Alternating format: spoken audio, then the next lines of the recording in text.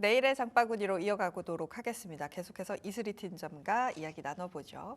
팀장님, 오늘은 어떤 이슈 준비하셨을까요? 네, 우선은 이제 위고비에 대한 어떤 기대감이 지속적으로 좀 커지는 것 같습니다. 그래서 오늘 시장에서 보면은 결국에 이제 그 내달에 10월 달에 위고비가 이제 한국에 또 이제 들어올 것으로 보이고 있는 만큼 관련주들이 지금 미리 조금 움직이는 이런 모습들을 상당히 좀 보여줬다라는 건데, 사실 이제 위고비가 이제 국내에 들어오게 되면은 이 우리나라 시장에서 미치는 영향들이 좀 상당히 많다라고 좀 보고 있습니다. 그래서 아무래도 이제 그 위고비 관련해서 이제 그 비만 치료제 관련주들의 어떠한 그런 이제 개발에 대한 부분들이 이제 더 가속화가 될 수 있지 않을까라고 좀 보고 있는 상황이고요.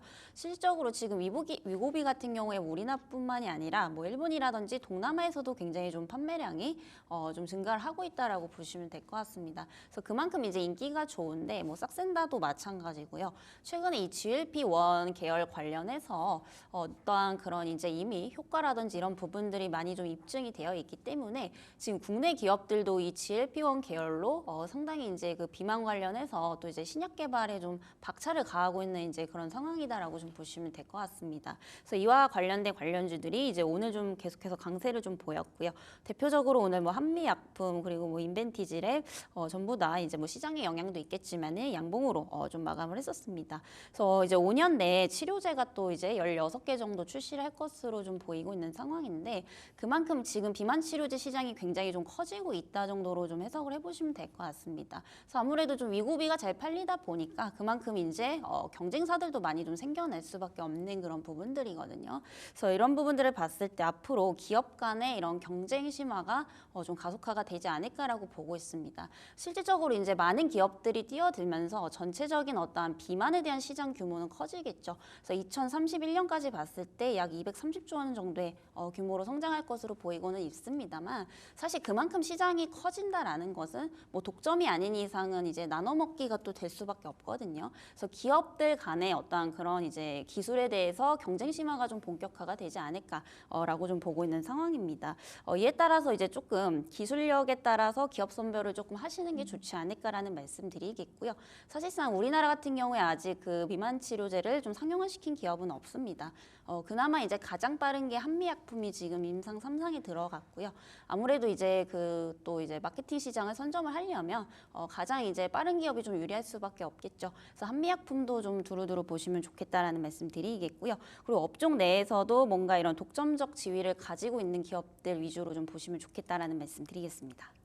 이게 진짜 제가 이 비만 치료제가 대단하다고 느낀 게, 제 주변에서도 실제로 먹거나 주사를 맞거나 하는 사람이 많은 것도 많은 건데, 이 주식시장에서 아예 다른 섹터로 이제는 어떻게 보면 분류가 됐잖아요. 그만큼 관심이 굉장히 높다라고 할 수 있을 것 같습니다. 그러면서 말씀을 해주셨던 부분이 기업 선별이 진짜 중요하다. 왜냐하면 전 그때가 생각이 나요. 2차 전지가 막 상용화가 되고 주식시장에서 이렇게 붐이 일 때 다들 우리도 2차 전지에 하면서 튀고, 비만 치료제도 비슷한 양상이 아닌가 싶거든요. 우리도 할 거야 라면서 이 섹터의 수급을 막 받아가는 느낌인데, 그렇다면 종목들의 선정은 한미약품 이외에는 뭐 어떻게 해야 될까요? 네, 일단은 좀 실체가 있어야 될 것 같아요. 그러니까 네. 뭐 예를 들면은 정말 시가총액 작은 종목들이, 예를 들면 뭐 생뚱맞게 뭐 바이오 기업도 아닌 기업들이 갑자기 뭐 한다. 한다 뭐 이런 이제 뉴스들도 많이 나오면서 주가를 띄우는 경우도 많은데, 네. 사실 이런 기업들은 조금 안 보시는 게 좋겠죠, 당연히. 네, 어느 정도 이제 재료가 소멸이 되면은 또 그만큼 이제 상승분에 따른 이제 하락이 좀 나올 수 있기 때문에 좀 조심하시는 게 좋을 것 같고요. 결국에는 이제 원천 기술을 가지고 있느냐, 그리고 실체가 있느냐가 굉장히 좀 중요할 것 같습니다. 아직까지 뭐 상용화한 기업은 없기 때문에 상용화 이전이라도 뭐 임상에 대한 결과 발표를 할 수 있는 기업이라든지 이런 부분들을 보시는 게 좋을 것 같은데, 뭐 한미약품 같은 경우에는 앞서서 좀 말씀을 드렸기 때문에 좀 넘어가도록 하겠고요. 네. 그리고 인벤티지랩도 이제 관련주로 좀 볼 수가 있겠습니다. 그래서 이제 인벤티지랩 같은 경우에는 그 장기 지속형 플랫폼 기술을 또 보유를 하고 있는 기업이다라고 보시면 될 것 같고요. 사실상 이제 그 싹센다 그리고 이제 위고비 같은 경우에 이제 주사제잖아요. 그래서 뭐 삭센다 같은 경우에는 하루에 한 번씩 맞아야 됩니다. 그리고 네. 이제 위고비 같은 경우에는 이제 일주일에 한 번인데 사실 이게 말이 일주일에 한 번이지 이거 매번 맞는 것도 사실 굉장히 좀 번거로운 이런 좀 단점이 있다라고 보시면 될 것 같아요. 그래서 그만큼 이제 장기 지속형에 대해서 좀 중요성이 좀 부각이 될 수밖에 없다라고 좀 보여지고 있고요. 이에 따라서 관련 이제 그 플랫폼 기술을 보유한 게 또 인벤티지 랩이기 때문에 뭐 한미약품과 더불어서 좀 2인자격으로 좀 보시면 좋지 않을까라는 좀 말씀드리도록 하겠고요. 그리고 이제 펩트론도 같이 보시면 좋을 것 같습니다. 여기도 지금 지속형 이제 비만약 쪽으로 좀 분류가 되고 있는 상황인데 사실 이제 최근에 글로벌 빅파마 기업과 또 이제 기술 이전에 대한 이슈가 있었지만 이게 조금 딜레이가 되면서 주가가 좀 많이 빠진 상황입니다.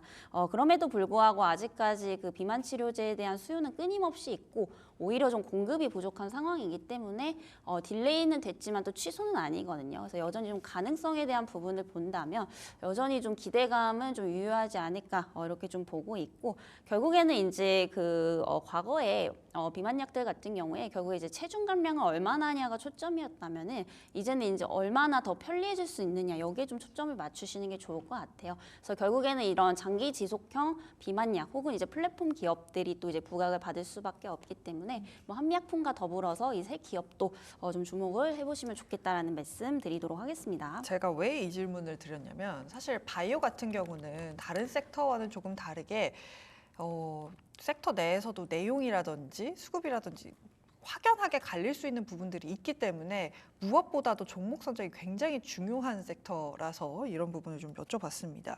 그렇다면 주가적인 측면으로 제가 좀 여쭤볼게요.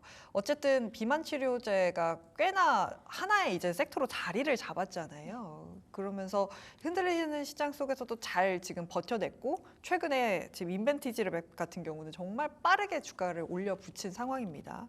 그렇기 때문에 어떻게 보면 지금 접근이 가능할까라는 고민이 드는 시점이거든요.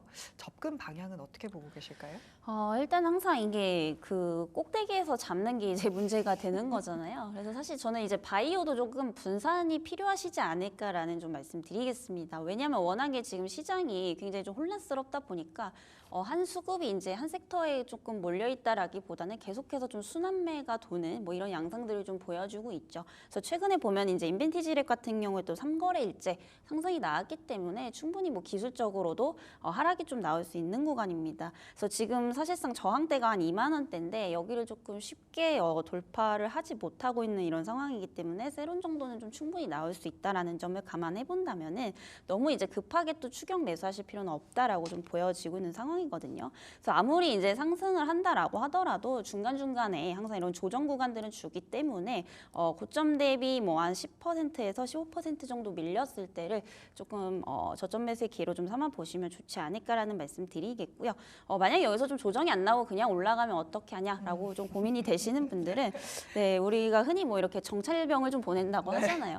뭐 예를 들면은 우리가 이 종목에 30%를 투자를 한다라고 했을 때 그걸 다 들어가시는 게 아니고 뭐 3%든 5%든 일단은 보내놓고 추후에 이제 주가가 하락을 하면은 이렇게 조금 저점 매수를 노리시는 이런 코스트 레버리지 전략을 조금 구사를 하시는 게 맞지 않겠나라는 말씀 드리겠습니다. 미고비가 10월에 국내 출시가 된다라고 합니다. 이게 전 궁금한 게 세론 뉴스가 될까요? 아니면 오히려 주가에 불을 붙여줄까요? 단기적으로는 저는 세로는 될 수 있다라고 좀 보고 있거든요. 왜냐하면 이미 나온 이제 그런 재료기 때문에 우리가 좀 유한양행 때 보면은 좀 학습을 할 수가 있었었죠.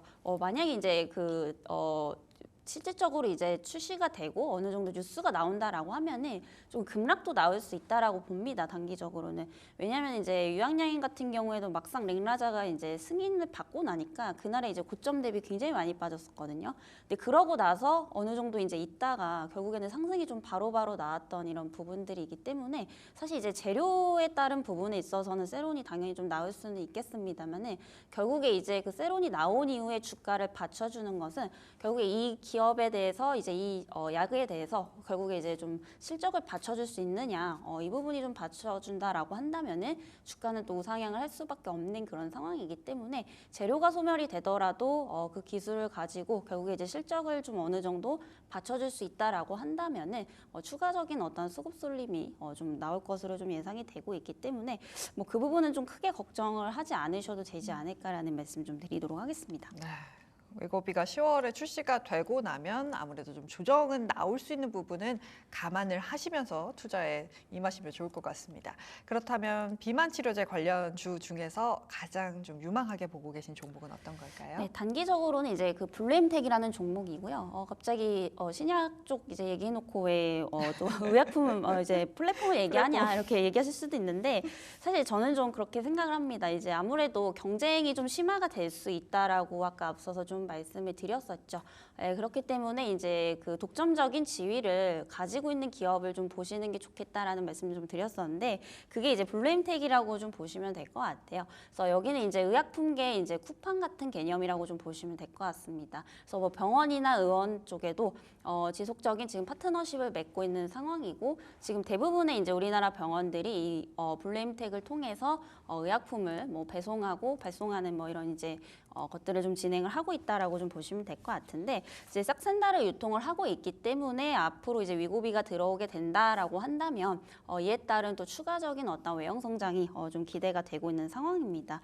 그래서 지금 뭐 펩트론, 한미약품 등등 지금 임상을 좀 개발을 하고 있는 상황인데 사실 이제 신약 관점에서 보면은 원래 이제 그 블록버스터급 신약을 개발하는 기업들이 가장 좋거든요. 사실 이제 그게 성공을 한다라고 하면은 결국에 이제 가치는 그쪽이 좀 더 높을지는 모르겠지만 아직까지는 사실 상용화를 한 기업이 좀 없다라는 측면에서 봤을 때 막상 이제 위고비가 들어왔을 때 실질적인 좀 수혜를 볼 수 있는 것은 오히려 좀 블루엠텍이지 않을까라고 보고 있습니다.